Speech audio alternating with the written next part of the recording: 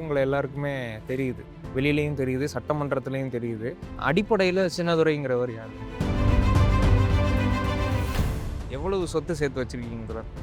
இந்த 5 ஆண்டுகளில் பொதுமக்களிடம் ஏற்பட்டிருக்கிற செல்வாக்கை தவிர எனக்கென்று வேறு எந்த சொத்தும் கிடையாது.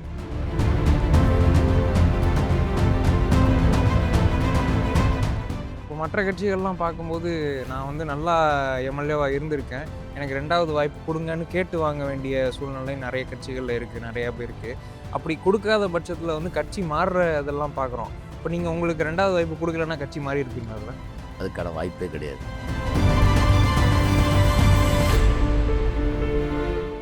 உங்களால் இவ்வளோ எளிமையாக இருந்து எப்படி ஒரு எம்எல்ஏ அளவுக்கு வர முடிஞ்சு? என்னை விட எளிமையாக இருந்தவங்க, என்னை விட கொத்தடிமையாக இருந்தவங்க, இவர்களெல்லாம் கம்யூனிஸ்ட் கட்சி தான் சட்டப்பேரவை உறுப்பினர் ஆக்கியிருக்கிறது. ஒருவேளை கம்யூனிஸ்ட் கட்சியில் நான்னா இல்லைன்னா சட்டப்பேரவை உறுப்பினராக வாழ்வதற்கு வாய்ப்பே கிடையாது. இப்போது வேட்பு மனு தாக்கல் செய்யக்கூடிய வேட்பாளர்களுடைய அந்த வழக்குகள்லாம் அதில் சொல்லப்பட்டிருக்கும். அதெல்லாம் ஒரு சில வேட்பாளர்களுக்கு பார்க்கும்போது பாலியல் ரீதியான குற்றங்கள்லாம் வந்து பண்ணியிருக்காங்க. உங்கள் மேலேயும் குற்றங்கள் இருந்திருக்கு, உங்கள் மேலேயும் வழக்குகள் பதியப்பட்டிருக்கு, சிறைக்கும் போயிருக்கீங்க. அதுக்கும் என்ன வித்தியாசம் பார்க்குறீங்க? எதுக்காக போகிறீங்க?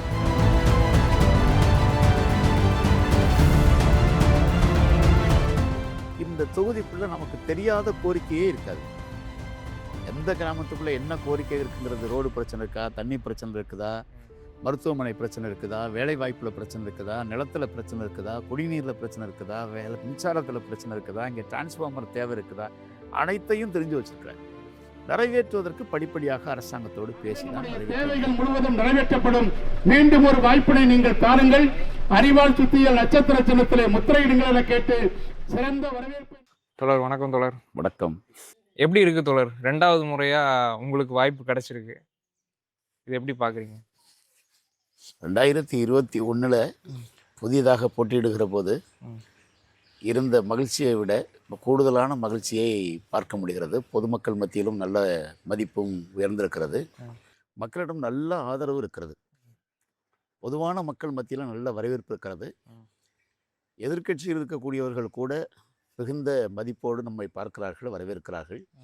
பொதுவான மக்கள் நம்மை வரவேற்பதில் மிகுந்த மகிழ்ச்சி அடைகிறார்கள். நிறைய நம்முடைய வாட்ஸ்அப்பில் வலைதள குறிப்புகளில் வாழ்த்து தெரிவித்து நிறைய மக்கள் செய்திகள் போட்டு கொண்டிருக்கிறார்கள். யாரென்றே தெரியாதவர்கள் உட்பட வாழ்த்து தெரிவித்து கொண்டிருக்கிற ஒரு நிகழ்வை பார்க்க முடிகிறது. இப்போ மற்ற கட்சிகள்லாம் பார்க்கும்போது நான் வந்து நல்லா எம்எல்ஏவாக இருந்திருக்கேன், எனக்கு 2வது வாய்ப்பு கொடுங்கன்னு கேட்டு வாங்க வேண்டிய சூழ்நிலை நிறைய கட்சிகளில் இருக்குது, நிறையா பேருக்கு. அப்படி கொடுக்காத பட்சத்தில் வந்து கட்சி மாறுற இதெல்லாம் பார்க்குறோம். இப்போ நீங்கள் உங்களுக்கு 2வது வாய்ப்பு கொடுக்கலன்னா கட்சி மாறி இருப்பீங்களா? அதில் அதுக்கான வாய்ப்பே கிடையாது. மார்க்சிஸ்ட் கம்யூனிஸ்ட் கட்சி தான் எங்களை அறிமுகப்படுத்தியது. மார்க்சிஸ்ட் கட்சியை வளர்ப்பதற்காக நாங்கள் முயற்சிக்கிறோம். பொதுமக்கள் மத்தியில் பணியாற்றுகிற போது மார்க்சிஸ்ட் கம்யூனிஸ்ட் கட்சி என்ன முடிவெடுத்தாலும் அந்த முடிவை நிறைவேற்றுவதில் நான் உறுதியாக இருக்கிறேன். ஓகே. இப்போ மற்ற பிற கட்சிகளில் இருக்கக்கூடிய பெருவாரியான எம்எல்ஏக்களை, எம்பிக்களை பார்க்கும்போது அவங்க ஊரில் அவங்க வந்து ஒரு பண்ணையாராவோ நில உடைமையாளராக இருக்கிறதா பார்க்க முடியுது. உங்களால் இவ்வளோ எளிமையாக இருந்து எப்படி ஒரு எம்எல்ஏ அளவுக்கு வர முடிஞ்சது? இதுக்கு காரணம் என்னை விட மார்க்சிஸ்ட் கம்யூனிஸ்ட் கட்சியில் முன்னதாக பார்த்தீங்கன்னா சட்டமன்ற உறுப்பினராக இருந்தவங்க, என்னை விட எளிமையாக இருந்தவங்க, என்னை விட கொத்தடிமையாக இருந்தவங்க, இவர்களெல்லாம் கம்யூனிஸ்ட் கட்சி தான் சட்டப்பேரவை உறுப்பினர் ஆக்கியிருக்கிறது.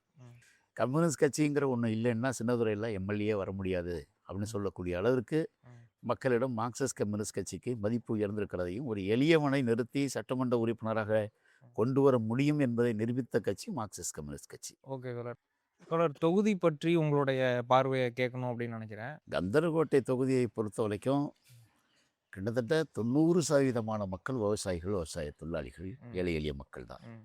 கந்தர்கோட்டை தொகுதிக்கு ஒரு புதிய ஆற்றுப்படுகை வேண்டும் என்று நான் கோரிக்கை வச்சு போராடிக்கிட்டு இருக்கிறேன். அரசாங்கத்தை பொறுத்த வரைக்கும் போர்வெல் போடுறதுக்கு பல கோடிக்கணக்கான ரூபாய் ஒதுக்கீடு செஞ்சுருக்கிறாங்க. கடந்த 10 ஆண்டுகளில் நீங்கள் பார்த்தீங்கன்னு சொன்னால் பல கோடிகள் ஒதுக்கீடு செஞ்சாலும் தண்ணீரை தேவையை பூர்த்தி செய்ய முடியல. பல 100 கோடிகளை செலவழித்து குடிநீர் தேவையை நிறைவேற்ற முடியாமல் அவதிப்படுகிற போது ஆற்றுப்படுகையை கொண்டு வர வேண்டும் என்று தமிழ்நாடு முதலமைச்சரிடம் நேரடியாக சென்று வேண்டுகோள் வச்சிருக்கிறோம். நம்முடைய மாநில செயலாளரும் தமிழ்நாடு முதலமைச்சரிடம் கொடுக்கிற மனுவில் சேர்த்து கொடுத்திருக்கிறார்கள்.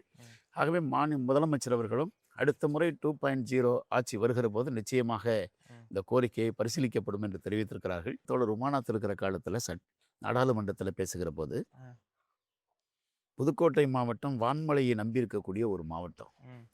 இதை மாவட்டம் அப்போது மாவட்டம் கிடையாது, திருச்சி மாவட்டத்தினுடைய ஒரு பகுதியாகவும், புதுக்கோட்டை வந்து திருச்சி மாவட்டத்தினுடைய ஒரு பகுதியாகவும், தஞ்சாவூர் மாவட்டத்திலேருந்து கந்தரகோட்டை, அறந்தாங்கி ஒரு பகுதியாகவும் இருந்தது.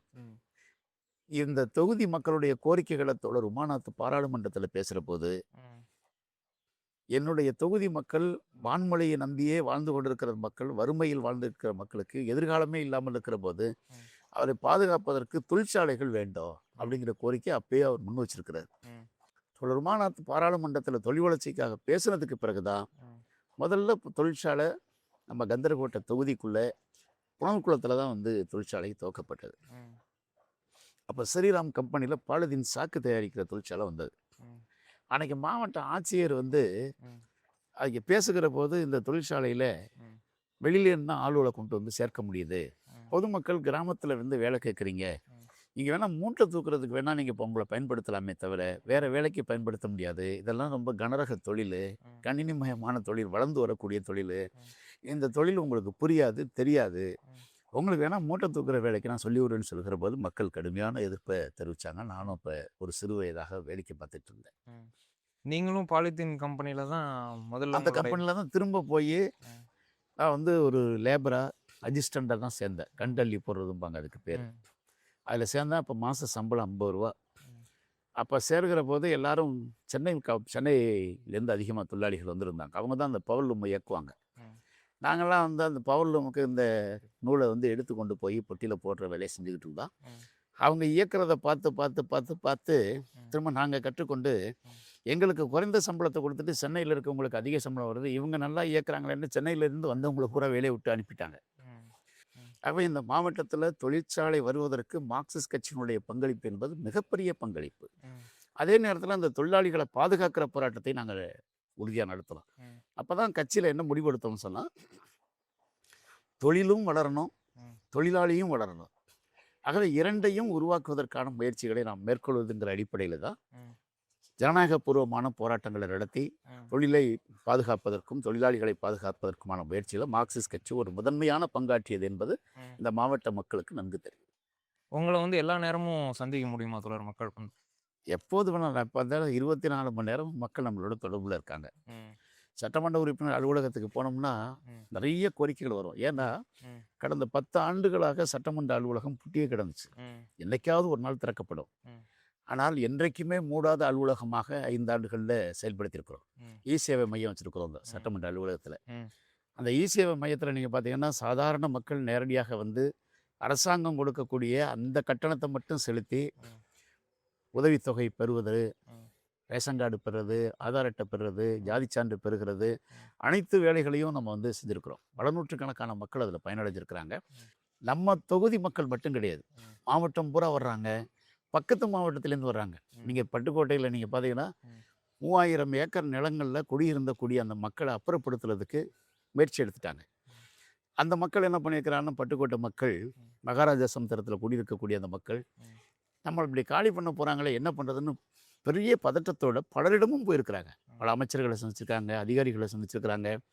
அதில் நியாயமே கிடைக்கலங்கிற போது அங்கே இருக்கிற கம்யூனிஸ்ட் கட்சி தோழர்கள் மூலமாக கடைசியாக ஒரு முறை ஒரு வாய்ப்பு நம்ம முயற்சி பண்ணுவோமே அப்படின்னு நம்ம வீட்டுக்கு வர்றாங்க.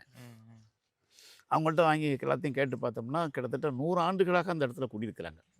எப்படி அந்த இடத்த ஏன் இடிக்க நீதிமன்றம் முயற்சிக்குதுன்னு கேட்குற போது, இது சரபோஜி மன்னருடைய வாரிசுக்கு சொந்தமான இடம் என்று நீதிமன்றம் தீர்ப்பு வழங்கியிருக்குது, ஆகவே இடிக்க உத்தரவு போட்டிருக்காங்கங்கிறார்.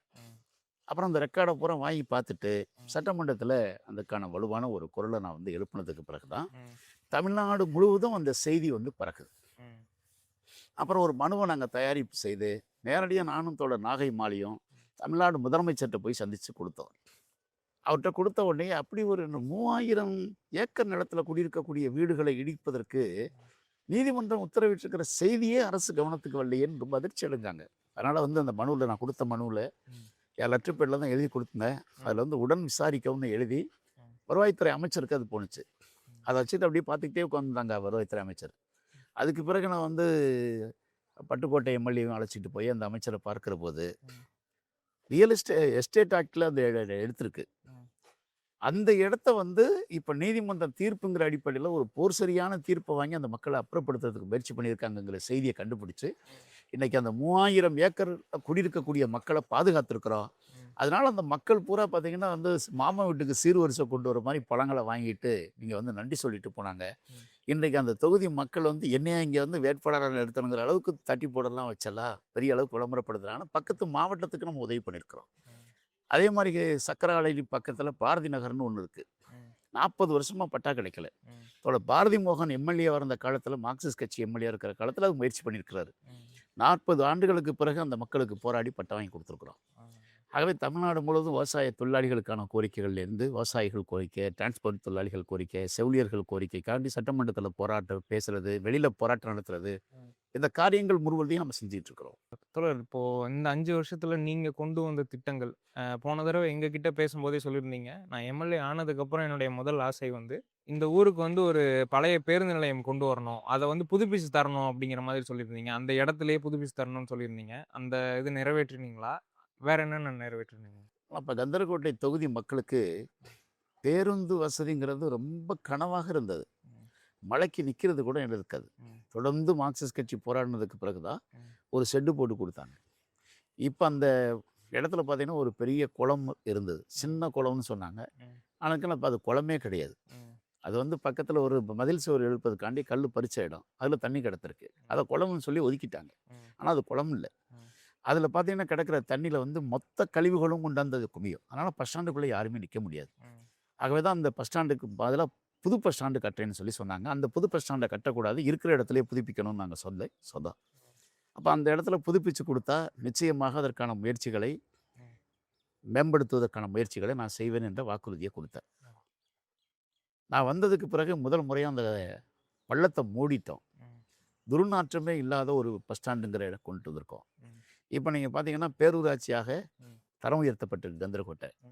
அந்த பஸ் ஸ்டாண்டுக்கு வந்து பார்த்தீங்கன்னா சில கட்டமைப்பு வசதிகள், சுகாதார கட்டடங்கள் எல்லாத்தையுமே மாற்றி அமைச்சிருக்கிறோம். செம்மொழி கலையரங்கம் வச்சுருக்கிறோம். ஒரு பக்கம் அரசியல் கலை நிகழ்வுகளை கொண்டு போகிறதுக்கான ஒரு கலையரங்கம், இன்னொரு பக்கம் நிழல் கூட, இன்னொரு பக்கம் பஸ்ஸு பேருந்து வரக்கூடிய ஏற்பாடு, சைக்கிள் ஸ்டாண்டு தனியாக. ஆகவே இன்னும் அது சுகாதார வசதிகளோடு மேம்படுத்துவதற்கு, வணிக வளாகம் கட்டுவதற்கான ஏற்பாடெல்லாம் செய்யணும்னு வந்தது. அது ஒரு ஊராட்சிங்கிற அடிப்படையில் செய்ய முடியாதுங்கிற கோரிக்கை வந்தது. ஆகவே அதை பேரூராட்சியாக தரம் உயர்த்த வேண்டும் என்று நாங்கள் வந்து கோரிக்கை வச்சு தொடர்ந்து சட்டமன்றத்தில் பேசிகிட்டே இருந்தேன். முதலமைச்சர் சந்தித்து பேசணும். புதுக்கோட்டைக்கு வந்த முதலமைச்சர் சிறப்பு முக்கியத்துவம் வாய்ந்த ஒரு கோரிக்கையை நான் அறிவிக்கிறேன்னு சொல்லி கந்தரக்கோட்டையை ஊராட்சியை பேரூராட்சியாக அறிவித்தார்.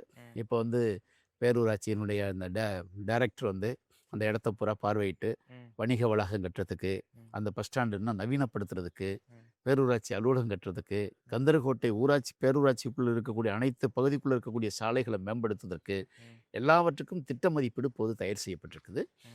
புதிய பஸ் ஸ்டாண்டுக்கு அப்போ கட்டின இடத்துல இருந்து மருத்துவமனை அமைக்கிறதுக்கு மாற்றம் செய்யப்பட்டிருக்கிறது. அதில் நம்முடைய மாநில அரசும் அதை வந்து மருத்துவமனையாக மாற்றுவதற்கு, தாய் சேய் நல மருத்துவமனை சீமாங் சென்டருக்கு அமைப்பதற்கு ஏறக்குறைய ஒரு 42 கோடி ரூபாய் மதிப்பீட்டில் ஒரு பெரிய சீமாங் சென்டர் தாய் சேய் நல மருத்துவமனை கட்டுவதற்கான திட்ட மதிப்பீடுகள் தயாரிக்கப்பட்டிருக்கிறது. விரைவில் அதற்கான பணிகள் துவக்கப்படும் என்று அரசு அறிவித்திருக்கிறாங்க. ரோடுங்கிறது பார்த்தீங்கன்னா கடந்த 10 ஆண்டுகளில் பெரும் துயரமாக இருந்தது. 2021க்கு முன்னாடி எங்கேயுமே போக முடியாது. இப்போ நீங்கள் பார்த்தீங்கன்னா ஒரு 70% ரோடுகளை நாங்கள் வந்து போட்டுக்கிறோம். ஆகவே பொதுமக்களுடைய நலன் கருதி சாலை, குடிநீர், மருத்துவங்கிறதுல பெரிய முயற்சி எடுத்திருக்கோம். கீரனூர் மருத்துவமனை, கரம்பக்குடி மருத்துவமனை, கந்தரக்கோட்டை மருத்துவமனை, இதெல்லாம் ஒவ்வொரு இடத்துலையும் பார்த்தீங்கன்னா 300 கோடி ரூபாய்க்கு புதிய கட்டடங்கள் கட்டுறது, ஆப்ரேஷன் தியேட்டர் கொண்டு வர்றது, இந்த மாதிரியான 24 மணி நேர சிகிச்சைக்கான ஏற்பாடு. ஆகவே கல்வி, சுகாதாரம், குடிநீர் இதில் வந்து பார்த்திங்கன்னா பெரிய அளவுக்கு கவனம் செலுத்தியிருக்கோம் இந்த காலத்தில். ஆனால் இன்னும் தேவை அதிகமாக இருக்கிறது. இப்போ உடனடி இந்த 5 ஆண்டுகளில் நீங்கள் பார்த்தீங்கன்னா கரம்பக்குடியில் ஒரு நூலகம் கட்டியிருக்கோம். அங்கே கோச்சிங் சென்டர் நடந்துகிட்டு இருக்குது. அங்கே வந்து ஐஏஎஸ் படிக்கிற ஸ்டூடெண்ட்டு, ஐபிஎஸ் படிக்கிற ஸ்டூடெண்ட்டு, நிறைய மாணவர்கள் கோச்சிங் கிளாஸுக்கு போயிட்டுருக்காங்க. குரூப் 4 எழுதுறதுக்காக முயற்சி பண்ணுறாங்க. அது நம்ம பண்டில் 20 லட்ச ரூபாயில் நூலகம் கட்டி கொடுத்தோம். கவர்மெண்ட் ஒரு 20 லட்ச ரூபா கொடுத்து படிப்பகம் வந்து மேம்படுத்திருக்கிறாங்க. இப்போ கந்தரக்கோட்டையில் ஒரு நூலகத்தை அது மாதிரி கட்டமைச்சிருக்கிறோம். இப்போ அதில் ஒரு கோச்சிங் சென்டர் உருவாக்க போகிறோம். அதே மாதிரி கீரனூரில் ஒரு கோச்சிங் சென்டர் உருவாக்க போகிறோம். படிப்பில் வேலை வாய்ப்பை உருவாக்குறதுல மாணவர்களை ஈடுபடுத்தணுங்கிறதுல முதன்மையான ஒரு கவனத்தை நம்ம வந்து செலுத்துகிறோம். ஏன் தோழர்? வேலை வாய்ப்புங்கிறது ஒரு பெரிய சவால் நிறைந்ததாகிடுச்சு. முன்னாடி மாதிரியெல்லாம் கிடையாது. இப்போ வந்து எக்ஸாம் எழுதி பாஸ் பண்ணால் தான் வேலைக்கே போக முடியும். ஒரு எம்எல்ஏ சிபாரிசு, எம்பி சிபாரிசு, அமைச்சர் சிபாரிசுங்கிறதுலாம் இப்போ வேலைக்கு போகிறதுக்கான வாய்ப்பே கிடையாது.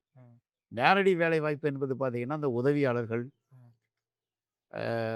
கிராம கடநிலை ஊழியர்கள், அதுக்கு தான் வந்து நேரடி இன்டர்வியூ நடக்குதே தவிர மீதி எல்லாம் வந்து எக்ஸாமில் பாஸ் பண்ணால் தான் வேலை கிடைக்கும் அப்படிங்கிற ஒரு சூழல் வந்துருச்சு. ஆகவே மாணவர்கள் வந்து பார்த்தீங்கன்னா, கிராமப்புறங்களில் படிக்கக்கூடிய அந்த மாணவர்களுடைய கோச்சிங் என்பது இன்னும் பெரிய அளவுக்கு மேம்பாடு அடைய வேண்டியிருக்கு. அதனால தான் கோச்சிங் சென்டர் தனியாக வச்சு நடக்கிறாங்க. ஆகவே இப்போ நீங்கள் பார்த்தீங்கன்னா, அம்பேத்கர் பயிற்சி வேலைவாய்ப்பு மையம் தனியாக ஒரு ஆசிரியர்களாக சேர்ந்து உதவி ஏழை எளிய மாணவர்களுக்கு இலவசமாக நடத்துகிறாங்க. அவங்களுக்கு நம்ம பெரிய சப்போர்ட் பண்ணுறோம். ஆனால் அந்த மாணவர்கள் பார்த்தீங்கன்னா, அங்கே நூற்றுக்கணக்கான மாணவர்கள் வேலைவாய்ப்பு கிடைச்சிருக்கு. அந்த ஒரு வாய்ப்பை உருவாக்கணுங்கிற அடிப்படையில் தான் அதற்கான முயற்சிகளை வந்து மேற்கொண்டிருக்கிறோம். அரசு பள்ளிக்கூடங்களில் பார்த்தீங்கன்னா 8ஆம் வகுப்பு இருக்கிறத 10ஆம் வகுப்பு, 10ஆம் வகுப்பு இருக்கிறத 12ஆம் வகுப்பு, 12ஆம் வகுப்பு, 12ஆம் வகுப்பு இருக்கிறதுக்கு நல்ல கல்லூரி வசதி வேண்டும். கீரனூரில் வந்து புதிய அரசு கலைக்கல்லூரி கட்டணும்.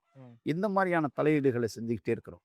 இதை வந்து நம்ம சட்டமன்றத்தில் பேசி நிச்சயமாக ஒரு கல்லூரியை பெற முடியும். ஏற்கனவே கடந்த காலத்தில் ஒரு மருதமன் விடுதி இந்த கல்லூரி துவக்கியிருக்கிறாங்க கரம்பக்குடி ஒன்றியத்தில். ஆனால் 2 பேர் தான் அதுக்கு வந்து ரெகுலர் பேராசிரியர், மீதி எல்லாம் கெஸ்ட் லெக்சரர் தான். அவர்களை வச்சுட்டு அதை இயக்குறதுக்கு பெரும் சுமைகளை சந்திக்கிறாங்க. ஆகவே ரெகுலர் காலேஜை உருவாக்குறதுக்கான ஒரு பெரும் போராட்டம் ரெகுலர் பேராசிரியர்கள் அதிகரிக்க செய்ய வேண்டும் என்பதற்காக வந்து பயிற்சி பண்ணியிருக்கோம். நம்முடைய உயர்கல்வித்துறை அமைச்சருடைய கவனத்தை கொண்டு போய் அவரே அழைச்சிட்டு வந்து இங்கே பேசியிருக்கிறோம். இந்த தொகுதிக்குள்ளே நீங்கள் பார்த்தீங்கன்னா, மருத்துவமனை பிரச்சனை வருகிற போது மருத்துவத்துறை அமைச்சரை அழைச்சிட்டு வந்து அந்த ஊருக்குள்ளே பேசி அவர் 3 மருத்துவமனைக்கு முக்கியமான மருத்துவமனைகளுக்கு வந்திருக்கிறார். கரம்பக்குடி மருத்துவமனை, கந்தரகோட்டை மருத்துவமனை, கீரனூர் மருத்துவமனை, 3 மருத்துவமனைக்கும் நம்முடைய சுகாதாரத்துறை அமைச்சர் வந்து நேரடியாக ஆய்வுக்கு உட்படுத்தி அதனுடைய தேவைகளை நிறைவேற்றார். அதை இன்னும் படிப்படியாக நிறைவேற்றுவதற்கான நிறைய திட்டங்களை வச்சுருக்கிறோம். நம்முடைய கல்வி அமைச்சர் வந்து பார்த்திங்கன்னா, மாண்புமிகு அன்பில் மகேஷ் பொய்யாமொழி எங்கள் தொகுதிக்குள்ளே வந்து ஒடுகம்பட்டி ஸ்கூலில் நேரடியாக ஆய்வுக்கு உட்படுத்தி அந்த ஸ்கூலை எப்படி தரம் உயர்த்துறது, இந்த தொகுதி முழுவதும் எப்படி ஸ்கூல் இருக்குங்கிறது சம்மந்தமாக கேட்டறிந்து ஒவ்வொரு ஸ்கூலாக தரம் உயர்த்துவதற்கான நடவடிக்கைகளை மேற்கொண்டிருக்கிறார். கால்நடைத்துறை அமைச்சரை அழைச்சிட்டு வந்து இங்கே வந்து கடல்பாசி பூங்கா உருவாக்குவதற்கான ஏற்பாடுகளை செஞ்சு அதற்கான பணிகள் நடந்துட்டு இருக்குது. இந்த தொகுதிக்குள்ளே நமக்கு தெரியாத கோரிக்கையே இருக்காது. எந்த கிராமத்துக்குள்ளே என்ன கோரிக்கை இருக்குங்கிறது, ரோடு பிரச்சனை இருக்கா, தண்ணி பிரச்சனை இருக்குதா, மருத்துவமனை பிரச்சனை இருக்குதா, வேலை வாய்ப்பில் பிரச்சனை இருக்குதா, நிலத்தில் பிரச்சனை இருக்குதா, குடிநீரில் பிரச்சனை இருக்குதா, மின்சாரத்தில் பிரச்சனை இருக்குதா, இங்கே டிரான்ஸ்ஃபார்மர் தேவை இருக்குதா, அனைத்தையும் தெரிஞ்சு வச்சிருக்கிறேன். நிறைவேற்றுவதற்கு படிப்படியாக அரசாங்கத்தோடு பேசி தான் நிறைவேற்ற வேண்டியிருக்கு. தொடர் நிறைய விஷயங்கள் பகிர்ந்துக்கிட்டீங்க. ரொம்ப நன்றி தொடர். மீண்டும் ஒரு தடவை வாழ்த்துக்கள் தொடர். மகிழ்ச்சி. நன்றி. ரொம்ப சிறப்பானது. நன்றி நன்றி.